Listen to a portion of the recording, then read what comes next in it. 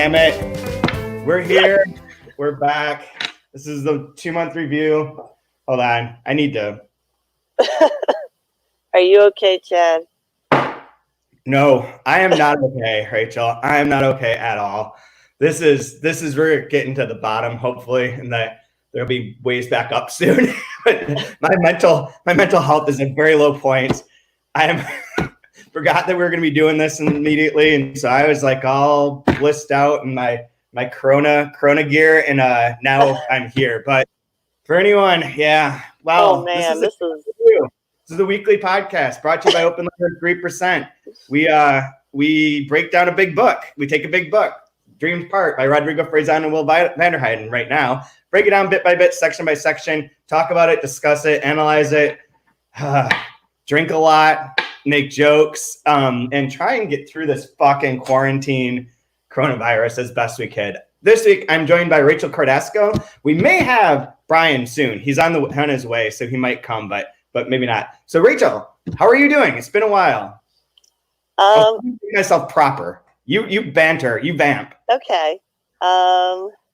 Yeah, homeschooling now, like everyone else with kids, and trying to do my day job, and trying to finish my book on SF and translation. I was going to ask, how is the book coming? You know, they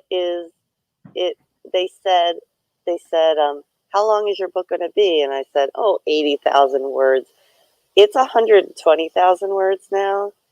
It's a little bit longer. I need to cut a lot. So I'm cutting, and it's hard. They don't want to print it all and make it more comprehensive?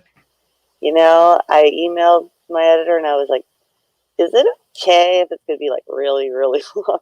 And he said, well, it'll get more expensive. And I'm just like, so I'm going to send him like 95,000. Yeah, that's not bad. And I'm going to say, can you just like, you cut stuff? Cause I can't. I've already cut like 20,000 words and I don't know where else to cut. For anyone that hasn't heard about it or is listening for the first time, can you describe the book?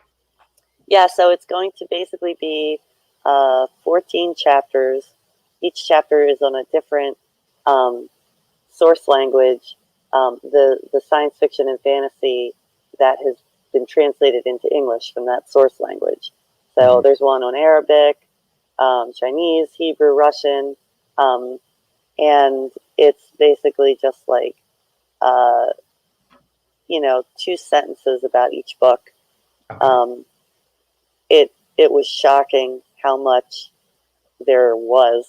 I honestly did not expect that there would be that much, but once I started scratching the surface, I've got a chapter on Japanese SF and translation. Imagine. It was like 60 pages long. Yeah. So I like choosing books that you don't want to highlight, or are you trying to make the descriptions shorter? So that's the thing. Like when I started Arabic, because it comes first, there's Arabic and Chinese and Czech. So I actually explored each book kind of in detail. And then I got to French and I thought, I can't do this. No. So I had to squeeze each one down to 2 sentences. But I think at some point I have to just cut things and just not mention some, because I'm going to include a list at the end of each chapter. They'll be in the list, but I honestly, and I've combined things. If I could let loose, this book would be seriously 500 pages. Yeah. Be a really good reference tool. That's what I was wanting it to be, and I feel like I'm more toward the reference end of the spectrum, and Illinois is more toward the we want people to buy it kind of end of the spectrum. So we're trying to meet in the middle, and they're very nice about it. But I was really always envisioning it as an encyclopedia. Yeah. But that's not what they're gonna do. But they wanna publish it. They're excited about it, so I'll cut stuff. It's fine. Yeah. That's still fantastic that hang out and that you can work on it and slowly but surely as we're all home. Well, it's weird because like I told my husband, if I'm going to be homeschooling the kids like 5 days a week, I need the weekends. Yeah. Like the weekends are mine. And he said, okay. Yeah, you need to figure out. Everyone needs to figure out good co-parenting techniques. Yes. Otherwise, this is going to end badly. I said I'm not going to be able to do this if I don't get the weekend. I don't know what I'm going to do. So he was great about that. Yeah. That's really good. That's super cool. Yeah. So how are you enjoying the dreamed part? You finished it, correct? Yeah, but it was a while ago. Same. It's just so great. Like, it's such a weird, like, time, like, warp thing that when you get in it, you don't realize how much time has passed. And, like, you're reading, you're like, whoa. I mean, it's really just an experience. It's not like the kind of book you just read a little and then read a little. It really sucks you in. And yeah, it's so unlike anything else you're gonna ever you're gonna read. So I have a question, because we did the first season of the Invented Part, which you were on as well, but it was prior to his tour, correct? Yeah, I think so. It was summer. I remember it being very hot, and Brian always put me in like lemonade with like vodka to drink during our things, because it was so goddamn hot. So do you want to tell a story about being able to interview him? That was outrageous. Like, I still can't believe it happened. You're just so nice enough to ask me, and I made it happen to get childcare and go to Chicago. And I interviewed him at Volumes Books, and he was just so nice. I asked him, all the questions I'm sure he was expecting, and he was so nice about it, answering them. And it was just great to like meet him. He was recommending all kinds of things to me, and I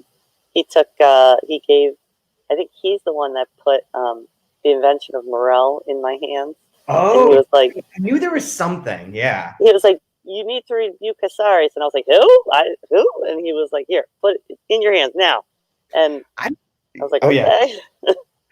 Yeah, he's awesome. You've read that now, right? Like, that book is spectacular. So I don't know that I don't know where I've told this story. I tell it to my students. No, I usually don't even tell it to my students. But it's out there. But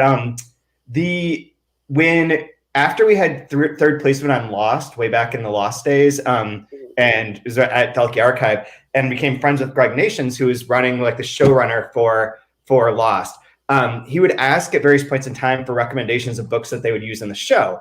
And when he wrote his episode that I believe was nominated for an Emmy, or it might have been the one that wasn't nominated for the Emmy, I can't remember, because I think he wrote 2 or 3. But anyway, it was one of his episodes, and he's like, what book should I include? And I said, Ballast by Philip K. Dick, Crying Lot 49, and The Invention of Morel. And so he's like, well, we're not including Crying Lot 49 because that's like too on target that was like, he made some reference to like, no, that's already been discussed, and that one's off the table for various reasons. It's like, that makes sense. But he's like, Ballast is one of his favorite books. He's like, I'm definitely including that because it's a perfect Lost book of like, what do you believe? What's real? What's not real? And how do you choose to believe in what you choose to believe in?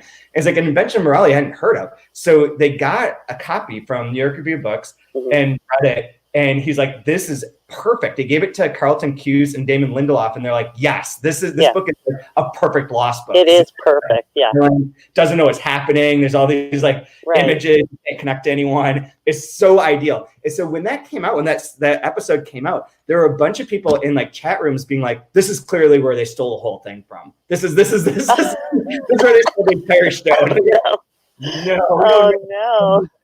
But they were always like, it was funny working with them because they would send messages and being like, man, you make us look really smart. Like, we're really bookish for having like including these things in here, like whatever else. But that book was one of my favorite ones. Was it the blonde hair guy who was reading The Invention of Morel?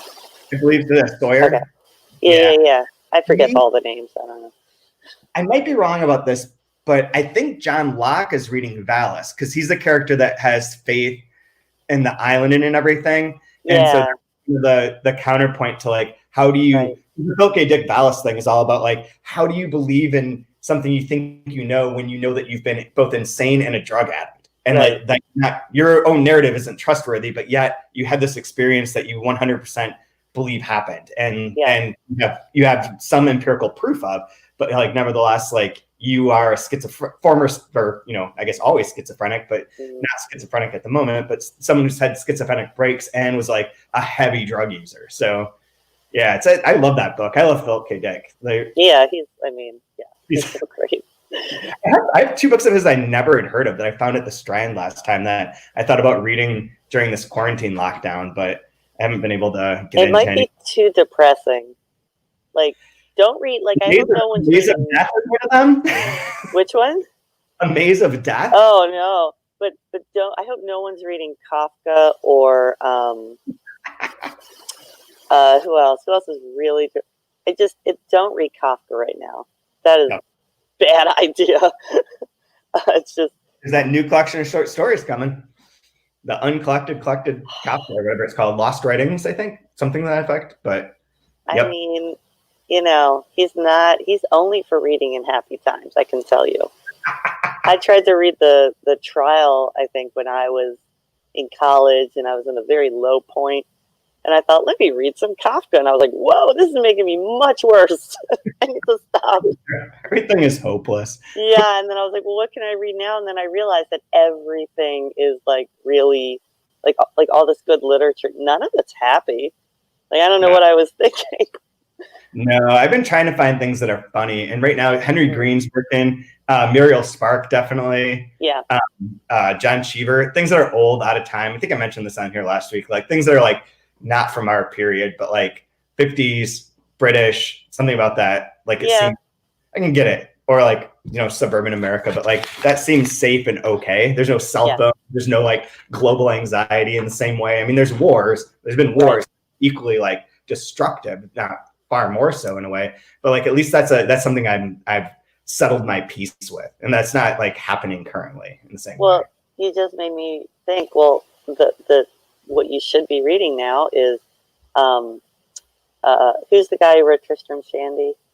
Lawrence Stern. Lawrence Stern and Henry Fielding. That's it. Don't need to read anyone else now. The other suggestion I might, if I ever decide to write again, which doesn't seem likely at the moment, the thing that I do want to recommend is Nicholas Mosley's Catastrophe Practice series, because it's all about how people can rewrite themselves in society at times of great catastrophe. That when things all fall apart is the moment where there's like a chance to really make things better, or to like see a new light. And that I would recommend, because I want to come out of this and have a revolution. Yeah. Things need to change.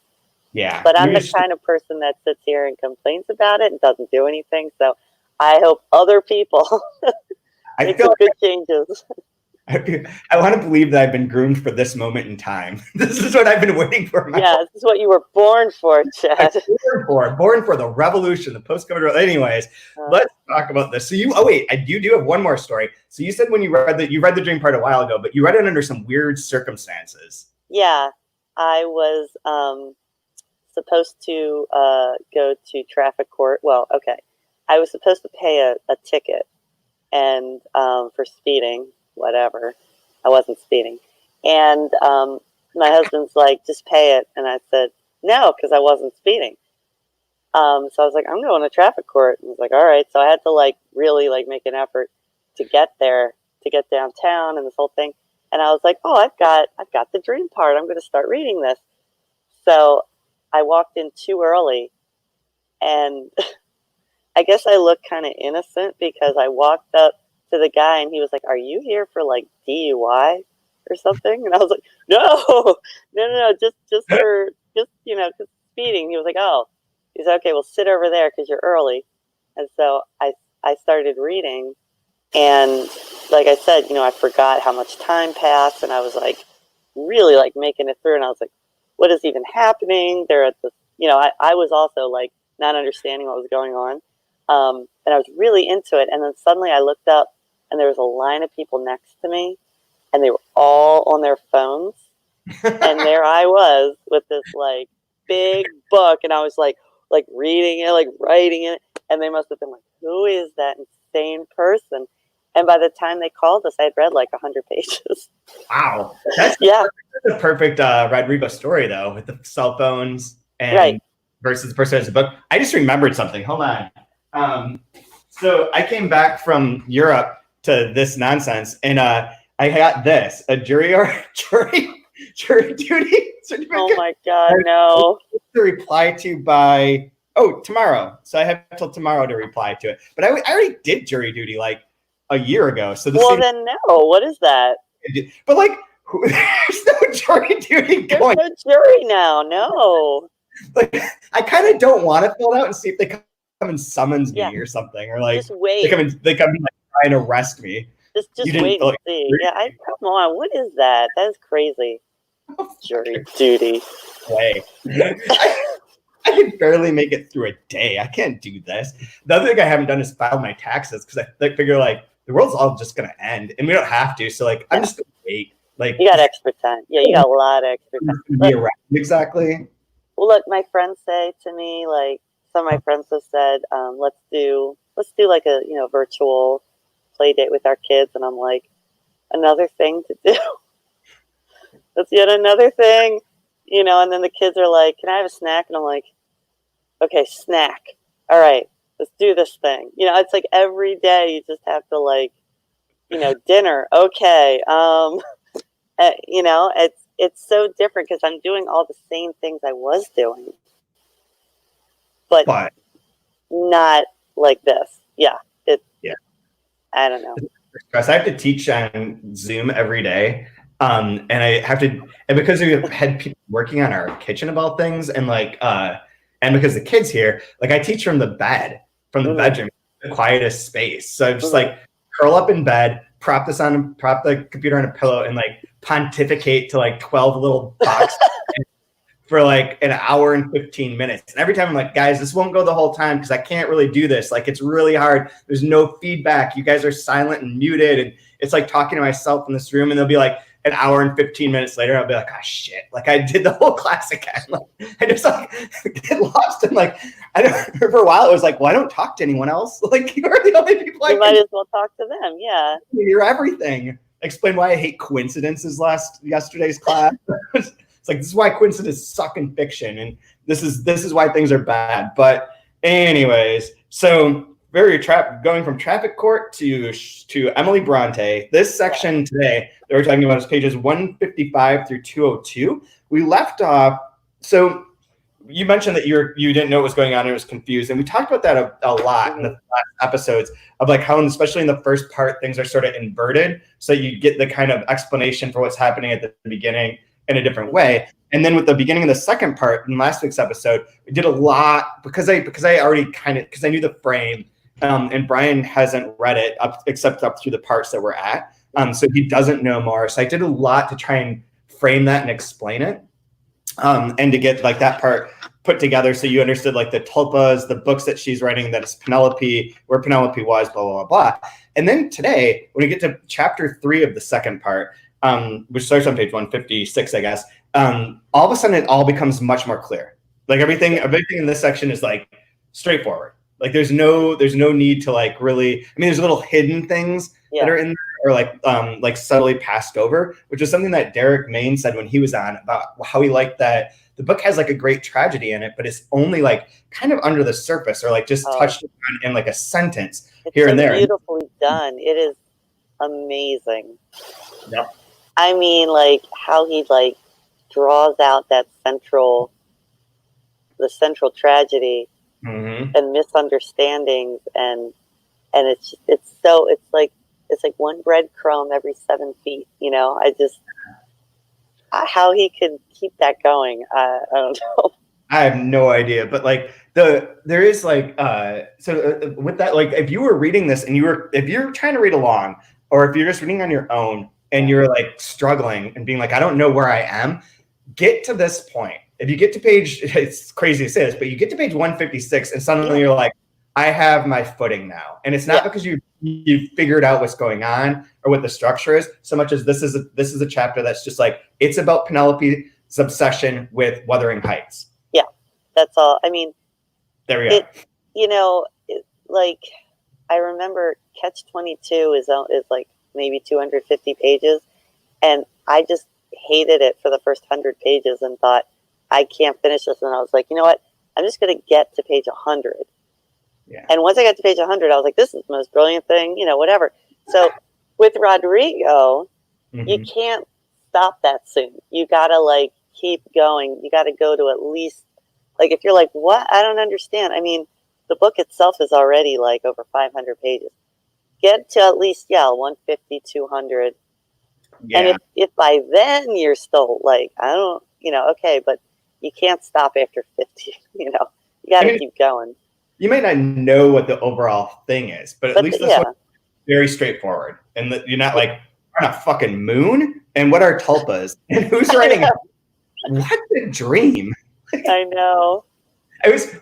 Weirdly, before we get into the Brontê stuff, which I have some questions for you about that, because I haven't read Wuthering Heights since high school. Like, I will straight up admit was 30 it's been years. A while. 30 straight up 30 years. Like, that's too many years to remember it clearly. So the recap of Wuthering Heights in here is essential to my memory of it. But before you get into that, the book that I just read for my World Lit class was The Society of Reluctant Dreamers by Jose Aguilusa. I think he has a name, but I can't remember it. And it's about, in part, this guy that runs a laboratory in Brazil that wants to have a machine that will capture your dreams and be able to project your dreams as you sleep. And I was like, this is weirdly familiar. Like the same. Like, this is so strange. And like it goes into a lot of stuff about dream stuff that's like similar to the dream part. It's very funny because it's not like they're like, I'm not suggesting in any way that it was like plagiarized or they're copied or anything like that. Just that it was like funny that like these two books like came at this thing in very different ways. Very different ways. When did it come out? March 10th, in English. Like, it just came out last month, which has been fun because my students can't get a copy, so they had to read a PDF of it. Oh, that's fun. Talking this world that we live in is now what it is. It just came out in English. I think it might only be a year or two old in Portuguese as well. It's from Angola.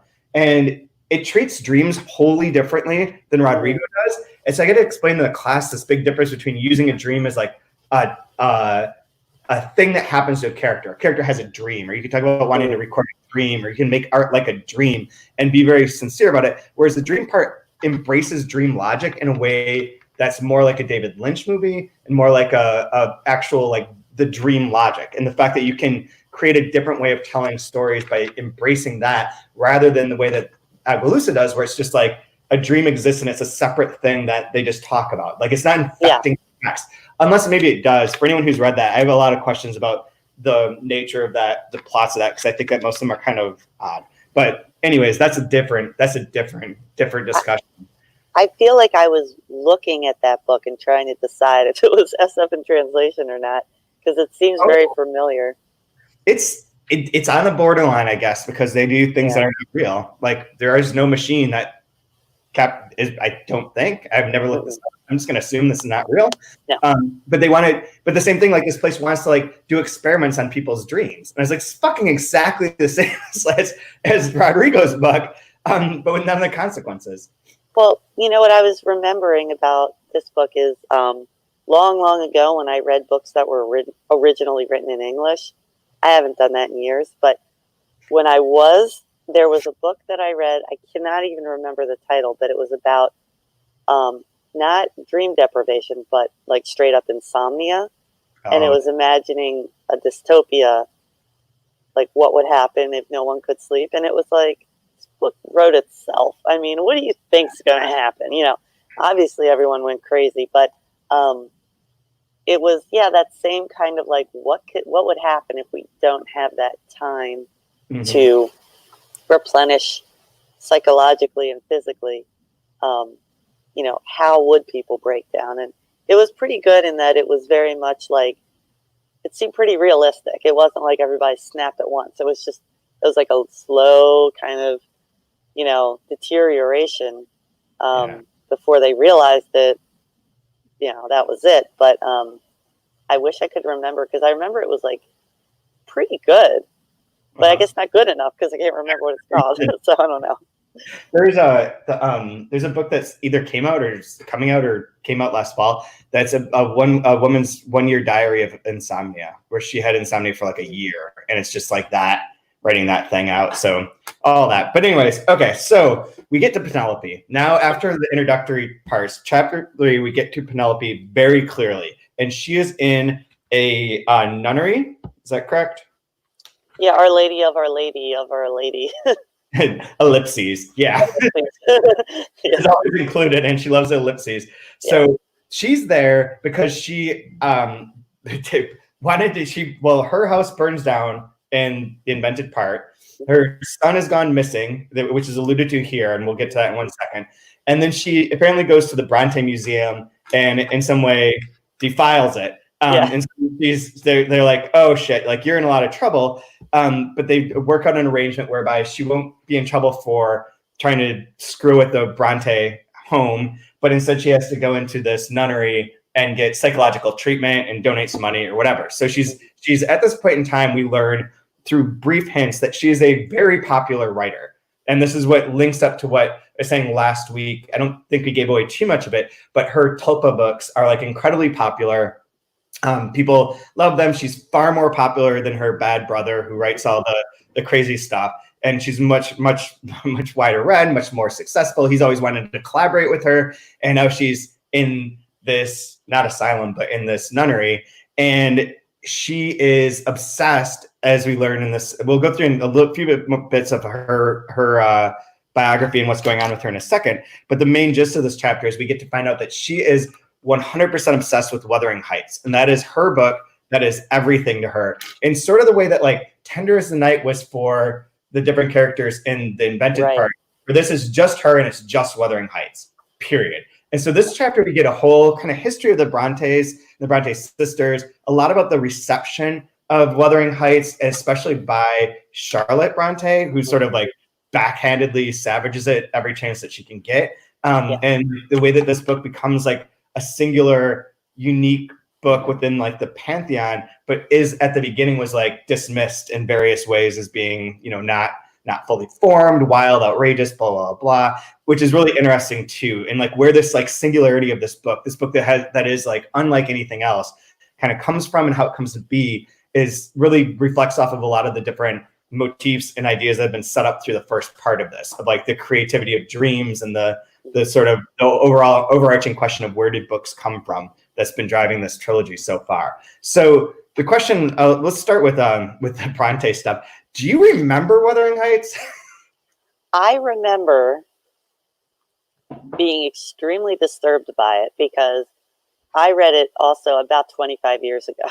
Mm-hmm. And then I think I read bits and pieces here and there. And I remember thinking, WTF, I don't know what just happened. I mean, I also read Villette, which is referred to in here, which was even like, that was super depressing and bizarre. And, I mean, Jane Eyre, I remember much more. I've also read it more recently. I always planned to read Anne's book. I can't think of what it's called. It's in here though too. Yeah, whatever it was. I never wound up reading it. But I always wanted to. Into the third volume of Wuthering Heights is what it says in here too. I did not know, but that's interesting. I don't know. I do remember learning a little bit about the Brontës. I might have done my own research on it just because I found it fascinating that they were, because I always thought it would be great to live like in the country because I always lived in the suburbs. And I thought, oh, it must be great, like the English countryside. And then I was like, maybe not if this is the kind of thing that goes on. Yeah, so I kind of remember. I remember the feeling it evoked, and I think that's really. I remember the atmosphere, like more like I remember reading it and not really understanding how long it took people to go places. Yeah, they traversed felt to me like in an unimaginable distance that was still like somehow connected, like Thrush Cross Range or whatever, and Wuthering Heights, it just seemed like it would take like days for them to get from one place to another, or like a day. And like none of it made any sense to me. But like, okay, so do you want to try and recap for anyone who is listening who has not read Wuthering Heights? Oh God. A 2-bit summary of Wuthering Heights? Sure. Okay. Go for it. Okay. So it's basically there's this kid, Heathcliff, who's adopted. And nearby is this girl, Catherine. Aren't they in the same house? Are they? I think so. Okay, yes. Okay, they're in the same house. Is the one who adopts you. Right, but they're not related, but they're in the, okay. Right. Then there's this other guy, Edgar, right? Or Linton. Edgar Linton. And Catherine and Heathcliff are like soulmates for a long, long time. And then Catherine like gets injured and has to go live with the Lintons.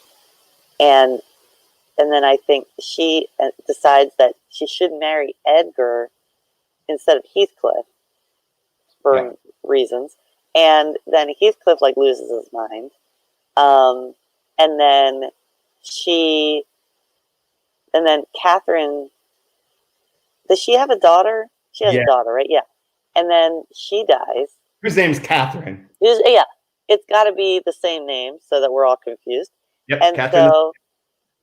so that's Catherine the second, as Penelope calls her. And so then Catherine dies, and Heathcliff goes crazy, and Heathcliff leaves. And then isn't there like that? Doesn't he have a son named like Hareton or something? Who he has a son with the woman Isabella who leaves, right. But he also goes away to like get enough money and success so he can come back after Catherine gets married, so that he can come back and like buy up everything, win everything back. So like then his idea is that his son will marry her daughter, and therefore he will then control all the estates, which the narrator Penelope points out is kind of fucking ludicrous. Like that's not really how property rights tend to work, but okay. Like, that's weird. But then it's all like the next generation. Yeah, it's like the same shit again. Yeah, it's like 90210 second time through or something. Oh God, you just like I'm gonna have a nightmare now. You like 90210. Oh my God. I remember watching when that first started. I was babysitting on the premiere night, and it premiered, and the students are freshmen in high school at that, and it was premiered in like the first week of school, and I was a freshman in high. I was the exact age of those kids watching that. So I was just like, this is kind of bizarre, like to have a show that's like contemporary to your experience on like what's supposed to be a beat by beat, month by month thing. Very weird.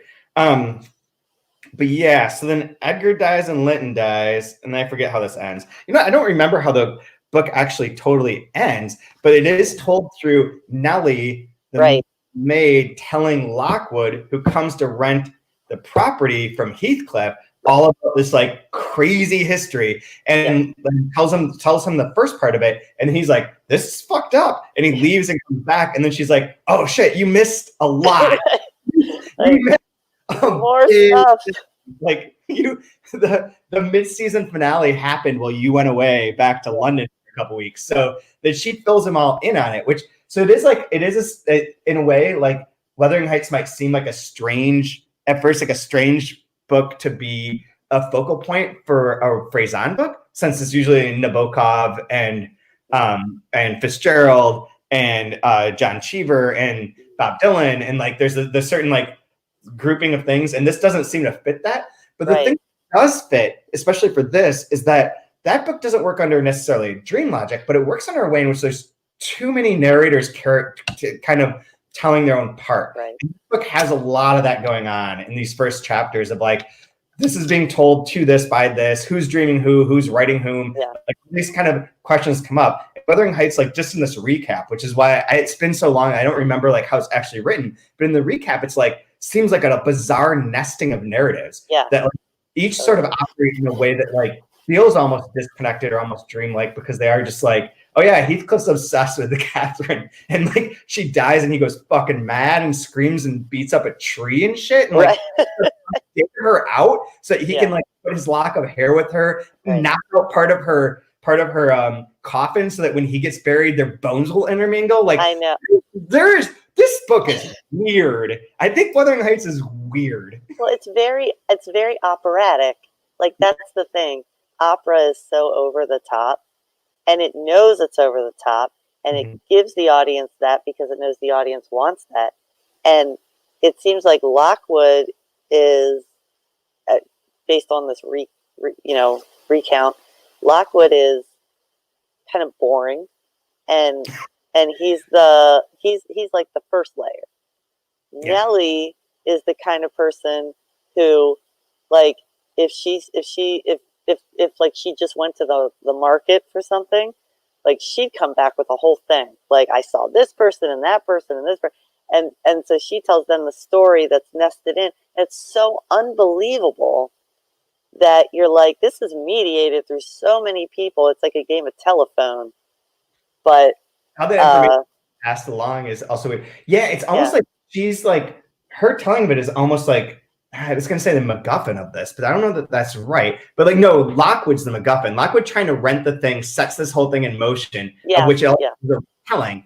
And like his coming to rent that is like haphazard at best. Like the story doesn't need that really, right? Like, it was basically like, I mean, so Charlotte keeps saying that this was like a wild, crazy thing. And it's like, if it was so wild and crazy, why didn't she just write the story? Instead, she's like nesting it within different narratives in order to maybe give it legitimacy, or in order to be like, obviously this is a crazy story. I'm trying to show you how non-crazy and crazy can kind of offset each other. But I mean, from what is in Penelope's sections, it's also like, what, like, Charlotte didn't even understand Emily anyway. So, and it was, I mean, how can you be sisters and writers and not be in some sort of like, locked in some sort of jealous kind of, rivalry? I mean, of course, Charlotte seems like the one who would definitely be like, oh, my younger sister, she writes crazy things. But, that seems very petty, There's another aspect. So aside from the book itself, one of the interesting moments in here I thought was where it's pointed out that like the Brontes are one of the first like writers as characters, and they become mythical even more so than their books for their existence. And I don't even know, like, I've never read like any of the biographies or any of that, but I know that it exists. And I know there's kind of not a cult of, but like a lot of people are very into their history and who they were and how, and all of the details of that. And they do take on a life of like, oh yeah, the Bronte sisters, rather than like each individual book. Like Jane Eyre and Wuthering Heights for sure, but the other books kind of are like grouped under a different category in a way. But they're all famous because they are the Brontes. And that is interesting that in this way that the book tries to rebel against autofiction in a large, so like the writer's always like pissed about that and doesn't want everyone to think that like what he's writing is his life, and it isn't supposed to be autofiction in any way, shape, or form. This book, and as well, so to add a meta layer to it, like it's not Rodrigo's autofiction, his life, it's invented. And in a way, the Brontes kind of bounce off of that too, by being characters that are kind of invented. Like there's the people that are writing their biographies and writing about them are sort of inventing different rumors, different parts of them, but it's the opposite way. Rather than saying like in their fiction, Catherine equals Emily, it's more like Emily is this new mythic figure that we've made into almost like a fictional character. Yeah, it's a weird.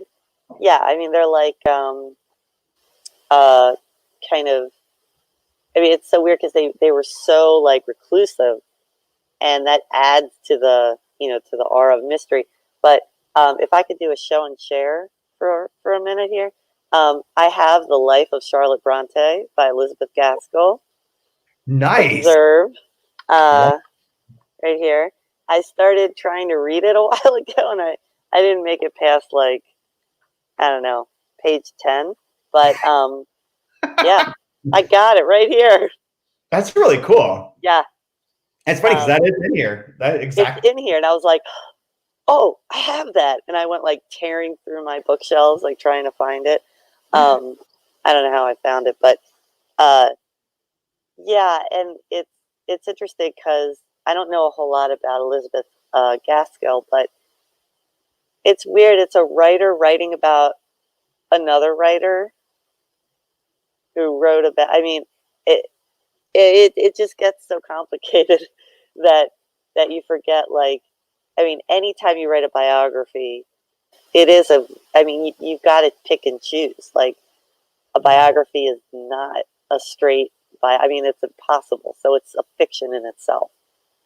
There's like a really, I will never be able to drag this up from my memory in the right way, but there's a quote related to that in Jacob's Room by Virginia Woolf about biographies and telling a biography and what is selected and not. There's no way. I read that like 30 years ago, so no. I did an independent study a whole semester on Virginia Woolf in college, and that was the one. That's why I kind of remember this, because I read like all these books twice, and but like I kind of remember this. I bought that book because it had a really cool painting on the front, which I only later realized was an Edward Hopper painting. Mm-hmm.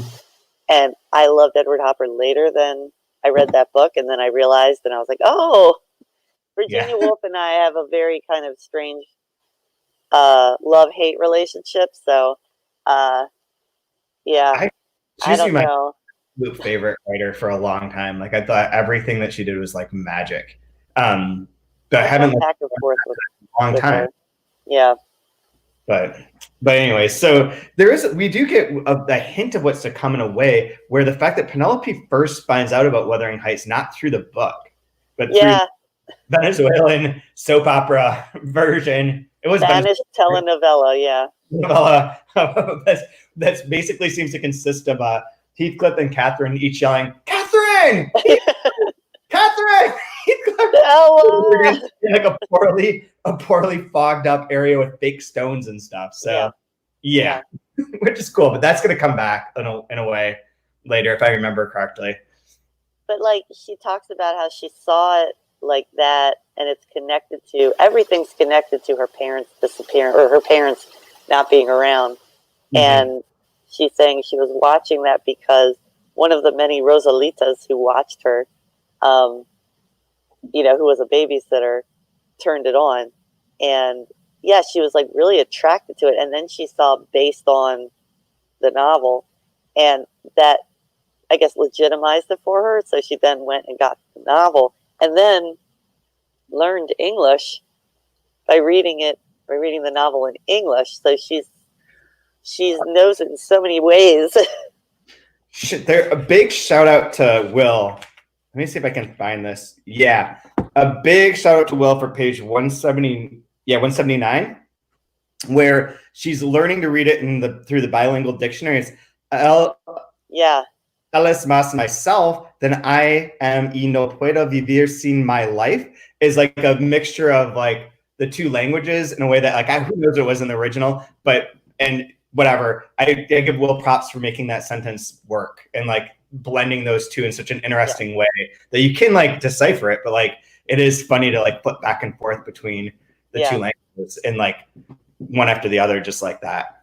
I mean, I can't even imagine translating this book. I mean, I mean, they're like, even just words like, like Rodrigo is using Brontê, turns Brontê into all the different like parts of speech, like on that same page, Brontified by Penelope, and getting Brontæ'd and like all kinds of, it's amazing. Will just did such an amazing job. Yeah, and once you keyed into it, you'll notice that all the like more, Wuthering Heights, all those words showing up, but like their pattern, they're sprinkled throughout the chapter leading up to this. And like once like you know that, you're like, oh my God, this has all been based in there. Which reminds me that we got a comment online on Twitter, which you can always hit us up on Twitter if you have questions. You're also, if you're watching this live, feel free to ask questions in the YouTube chat. That's how last week we ended up talking about not unbuttoning our shirts a lot and various other weird things because Patrick started smoking a bowl in the middle of our recording. Oh Lord. Was a thing. But we got comments, so if you ever have comments or whatever, feel free to send them in. A comment from a listener said that I don't know if I should use his name, so I'm just gonna leave it anonymous, but I'm enough of a Dylan fan to pick up on extremely subtle lyric references, and there are a ton of those in this book. Dylan references that you never flag unless you're in way deep. Quote, wasn't thinking of anything specific, unquote, in Series of Dreams several times, for example. Makes me wonder which other entire layers I've missed. And that reminded me of like, because I don't know, I'm not a huge Bob Dylan, like I don't know all the songs and all the lyrics and all the things by any means. So like that sort of thing would slide by, but like the Brontê stuff is another layer to that. And like all the like, I bet they're deeper than you might even realize, or like threaded throughout in ways that you may not see. Man. There's so many levels to that. Like this book is like crafted. Rodriguez doesn't write like haphazardly. No. Right? As wild as plots are, as like in some ways not repetitive, but like they go back to these touchstones, like the like the way of like referencing the same people, the Nabokovs, the Dylans, the like there's some of these things that keep coming back and you get to hit them as like touchstones. But then on top of that, it's like it feels wild and woolly, and at the same time, it's very structured. Like we found out during the first season of this with the Invented Part just how like completely locked in that book was in a way that I don't think you get once you read it very slowly and like digest it in this way. Yeah, I mean, I'm like one of those people that I've listened to like lots of Dylan music, but I only know certain songs, like deep, you know. And I mean that would be fascinating to find like what kind of like Dylan language he's using. Then again, Dylan was also very his songs are very dreamy, you know, very not, I mean like just like Desolation Road. It doesn't make sense, but it makes sense somehow. They're just words, but they make sense. And I don't, you know, it's like, how did you do that? Oddly enough, I think we skipped this last week. We didn't even talk about the new 17-minute Bob Dylan song. I don't even know what that is. Like I saw it like in my newsfeed and I said, what? Me too. And I was like, and then like it's not like a JFK assassination. I was like, what? Like, I don't know. Like I right now all I can think about is trying like I've mismanaged my anxiety with it that Mike Matheny mismanaged the Cardinals bullpen. Like I've used it all wrong and I never have a backup plan. So like I couldn't make it through anything, much less a 17-minute Bob Dylan song. No, I didn't even know what was like. I literally felt like I had been thrown into another time and I was like, did I miss something? Was I in like was I out cold for like 3 days? I don't understand how this could just suddenly be in my newsfeed. There are two things. Bob Dylan is a 17-minute song, and every single human being is talking about Tiger King. These are the things that exist in quarantine, which I think that show is morally bankrupt, and I have large objections to it. But that's I went from one day I heard someone mention it, and I thought, what's that? And then every podcast, and I listen to a lot of different podcasts, every single podcast, the political ones, the art ones, the random ones, the history one, everybody's talking about it. I was like, what is happening? What is this show? And I'm like, well, if everybody's watching it, obviously I'm not going to. So yeah, I wasn't going to either. It is entertaining, but I think it's a morally bankrupt show. I think that it's exploitative and sending a bad message. Because so it sounds like people they're all very bad people. Anyways, we should loop back for this last little bit to talk about Penelope then. So we got into Wuthering Heights, which is the big book in her life. And then you can go back to the beginning part where we sort of get her story put back into place. So she recaps what happened. to her about in terms of the mantras and being able to, and like what happened with the wedding, how she ran away, she gets impregnated by her comatose husband.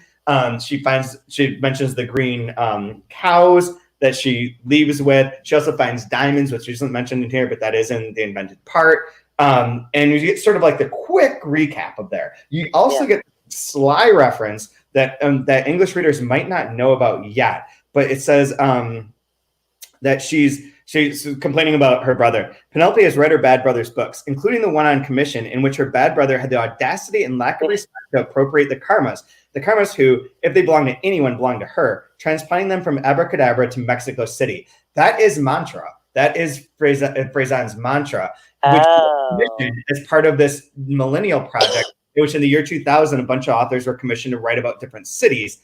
And like Bolaño's book, Little Lumpen Proletariat, I believe is about Rome. And that's part of the series. And Mantra is about Mexico City and is part of this and includes the family includes the mantras. So that's like a meta reference to Rodrigo's thing. So we get that quick recap. And then you get the sly line that's really important. Oh, I see. I've circled on like 161 heights. From what height she has fallen is like another. There's all these like little drops that come in here. But where is it? It is on page 169. You get like the core part of what with Penelope's bit. So first of all, here to recap for everyone to make it clear what happened.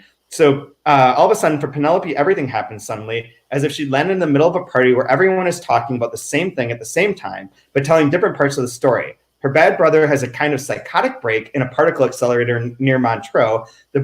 She burns down a house and flees, and later, still reeking of smoke, is detained at the Brontê Parsonage Museum for, quote, attempted robbery of public and private property and for disturbing the peace. And Penelope is dragged out of there the way her brother is dragged out of the Swiss Hadron Collider. Now a family tradition, it seems. This thing of being moved by force from sensible buildings for inappropriate behavior.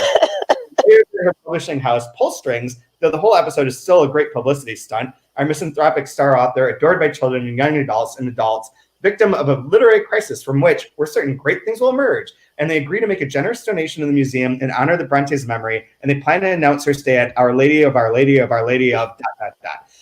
So you get like that quick recap. Beautiful. But then there's the secret part here. Meanwhile, and in the meantime, that inexplicable and unforgivable thing, that thing Penelope cannot comprehend because Penelope can't remember almost anything of what happened. Penelope remembers her feet in the sand, the moon in the sky, the trees in the forest, and the water where the river mouth opened into the sea.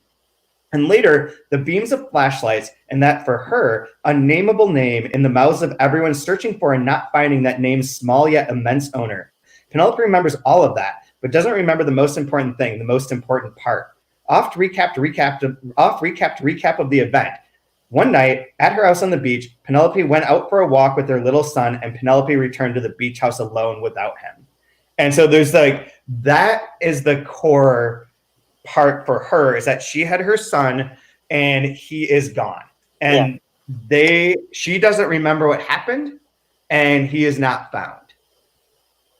Yeah, and and that's all we know at this moment. Yeah, and I think there's some. I mean, there was something about, like that she feels. I don't know. I was getting the sense reading this again that she feels like everyone's blaming her. I mean, because she went out with him and then came back without him. And she understands why people are blaming her, but she feels like I just get the sense from reading it that she's feeling like, it's not her fault because she can't remember, but she, maybe because she writes so much, she's trying to, I don't know, find something out by writing, like maybe subconsciously she can remember what's going on, but that feeling of like being blamed is like weirdly similar. Well, I guess I don't want to spoil anything, but that feeling of the weight of blame is actually at the heart of the the thing with the disappearance of her parents, and it's, maybe it's something where it's like she wants one to displace the other. I'm not getting a sense that she's like saying like, oh, I don't remember. It seems genuine, but it seems like she also doesn't want to remember.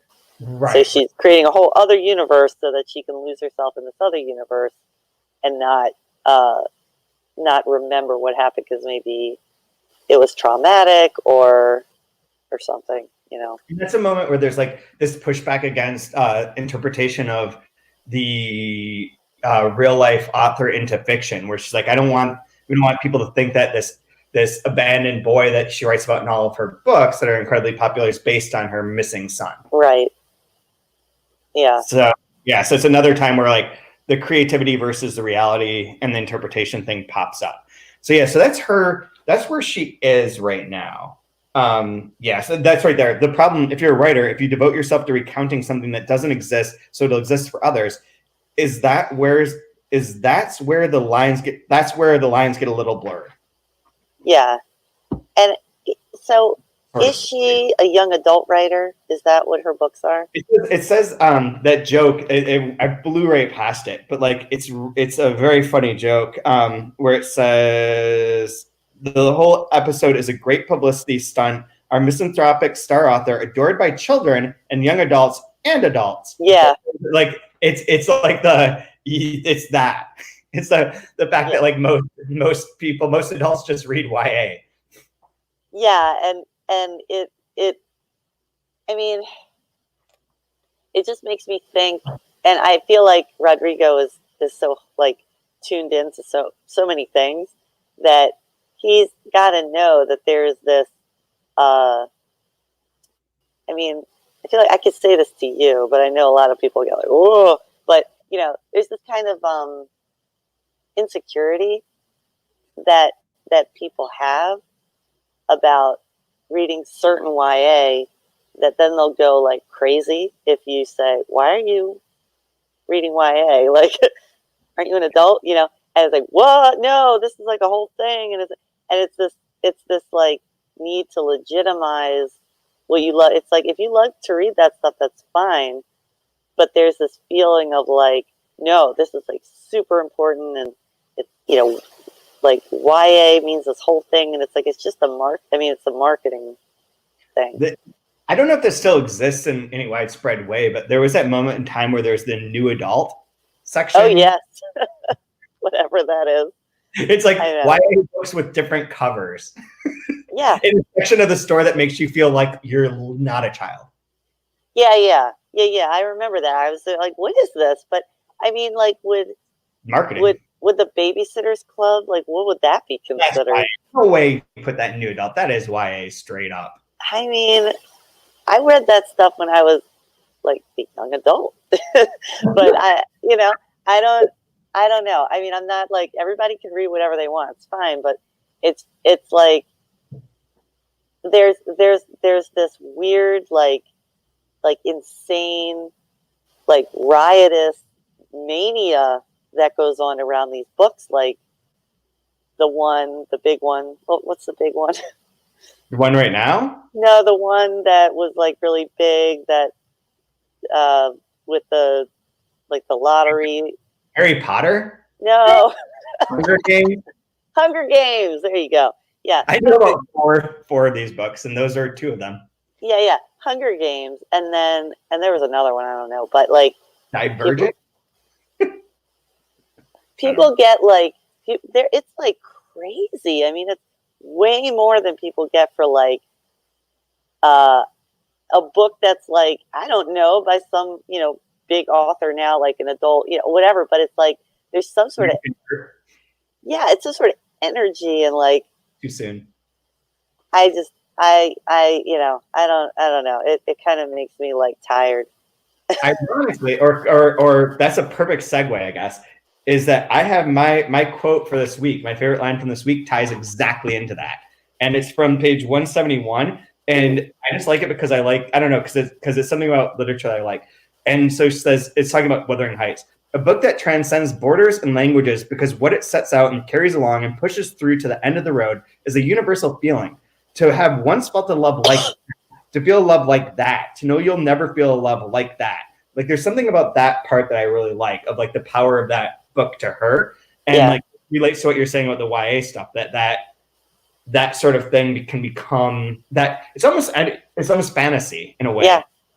And be like, well, yeah, these people are fucking crazy. Like straight, like Heathcliff's straight up a sociopath. Like, there's not like he's like a redeeming hero. Like he tries to fuck over everyone as much as he can, and he like abuses his like his not relatives, but like the other people in his area. Just like it doesn't teach a kid how to read and stuff. Like this is a sociopath. But like his passion for like this one woman that he knew when he was like 12. Yeah.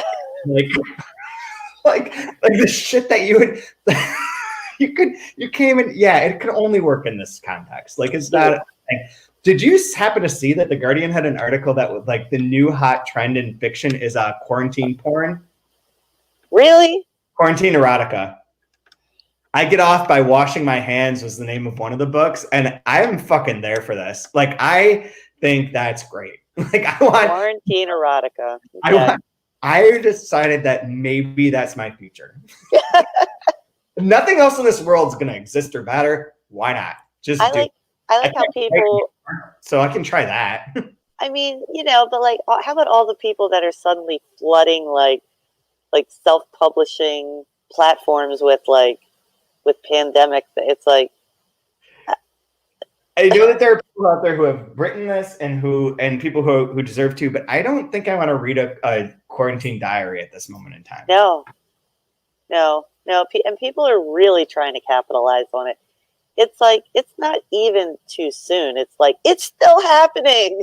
No end. Until there's an end, there's no end. You can't write about it yet. I mean, I had a really good idea for a play/novel that related to this that I really liked, and I got pretty wasted one night and called Brian and asked him to write it for me, and I explained it in great elaborate detail. And he's like, "Well, why don't you write it?" I was like, "I can't do that. Like, I'm not capable. I've got the vision. I've got the vision. You've got to be the execution. Like, I need someone to make this work. It's like the director and the cinematographer. Right. Like, see, but I can't actually function. Like, I don't know how to use a computer." Like, well, I've often wanted. I have these grand stories that I think are like amazing, and they would be so great. I can't write them, so I just want to like get a writer, but like I want to make sure my name is on there because I had the idea. They can write it. Believe me, I have thought through this. I thought, who can I ask? Like, is this even moral? What was the Kardashian that wrote the quote unquote novel, the YA novel? It was like a Chloe or a Kyrie or a Kyle or a Kendra or what is there like there whatever. I know that Ghost wrote it for her, and it's so bad, and she's just like, I just write down her terrible ideas and like make them sort of functional. And every review is like, this is like the worst book ever written. like in the first review was like, yeah. Well, people like bad books though, so. Kyrie Irving or whatever Kardashian doesn't have any good ideas. Hot take it. 4 minutes in, 19 whiskeys and everything. The Kardashians are dumb. The Kardashians and the Karmas are the same people. Yes. Yes.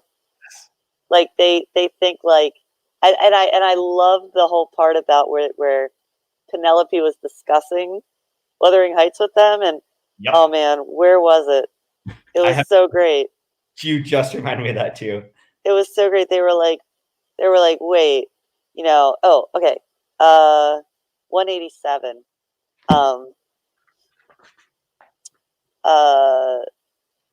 They don't like anything to do with the Brontes. They find that ending with a tamed man. Oh, and they like Jane Eyre.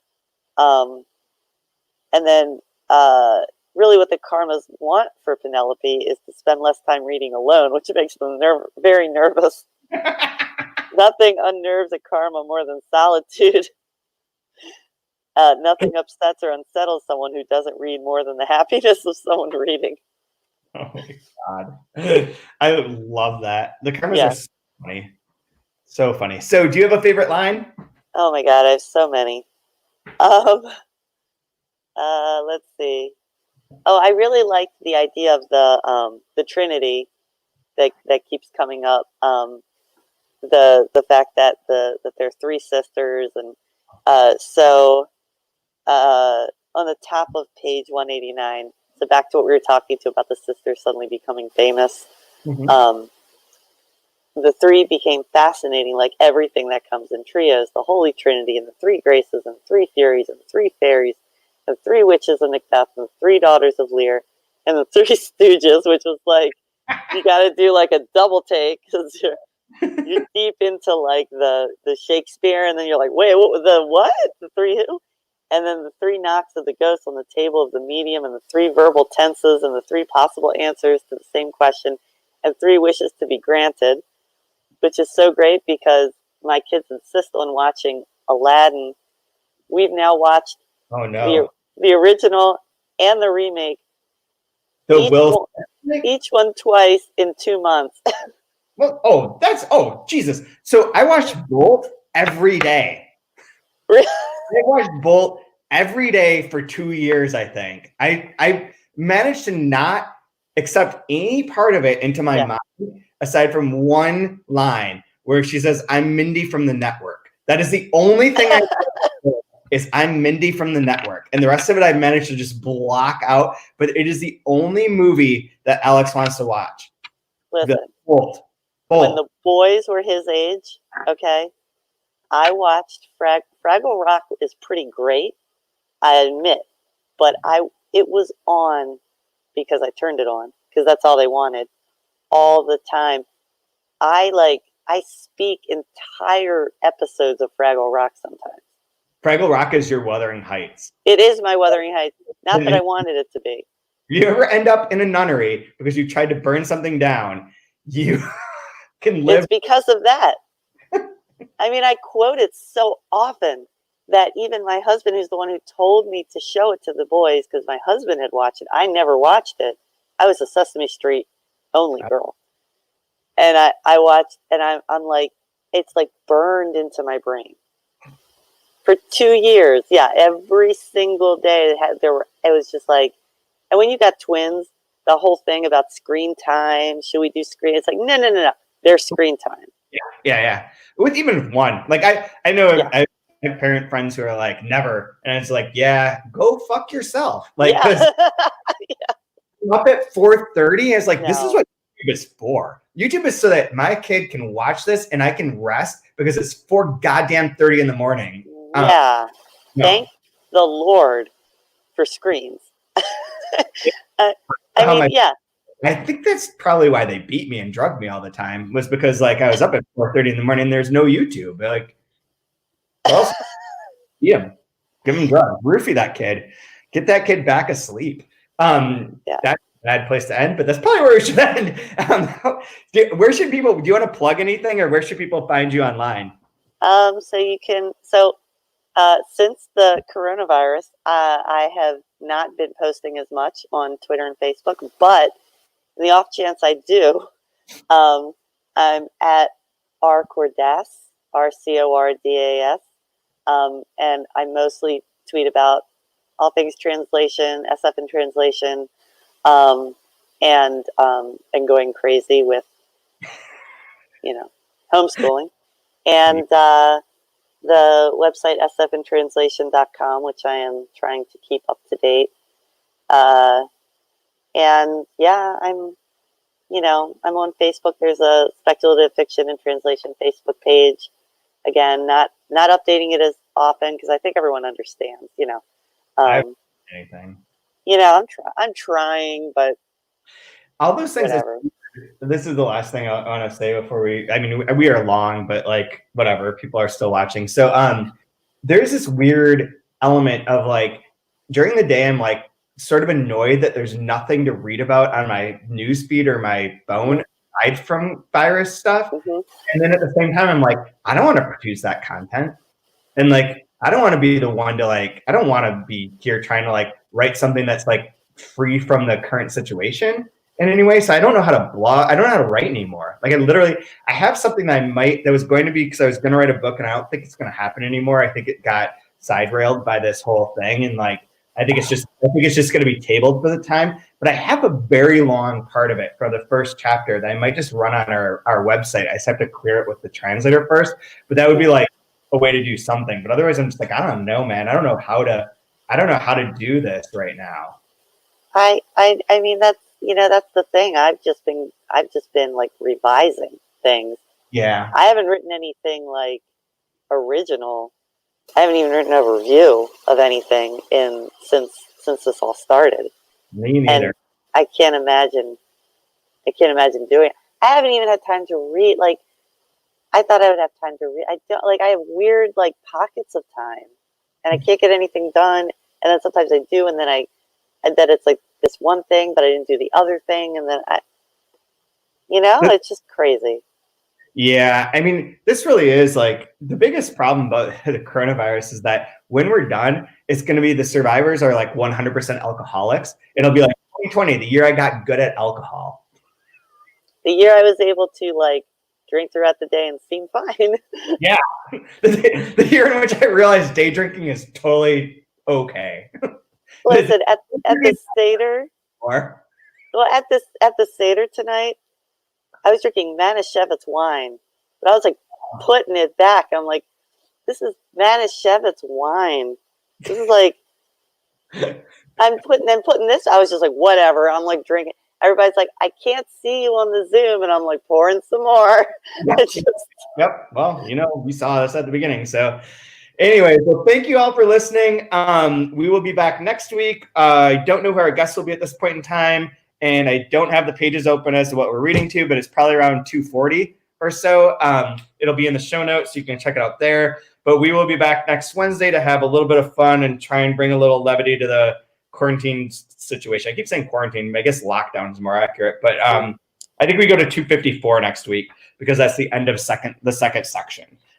So that, this lockdown, getting to people. We're going to keep trying to entertain you doing bits and talking about books. So tune in. If you have any comments, leave them on iTunes. Email me at chad.post@rochester.edu, or you can always DM me or whatever. I kind of check things. I don't really look at Twitter very much anymore because it just basically is like a bummer.